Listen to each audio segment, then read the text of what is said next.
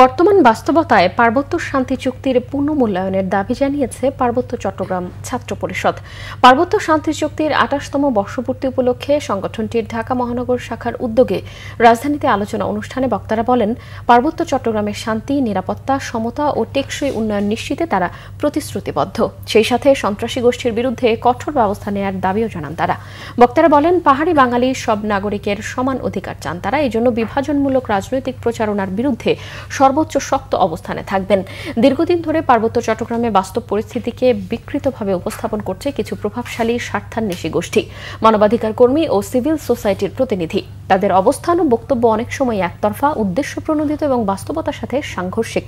বরং প্রভাবশালীরাই এমন ন্যারেটিভ তৈরি করে যা রাষ্ট্রকে দুর্বল করে দেখায় এবং সন্ত্রাসী গোষ্ঠীগুলোকে অপরাধে পরোক্ষভাবে আড়াল করে থাকে।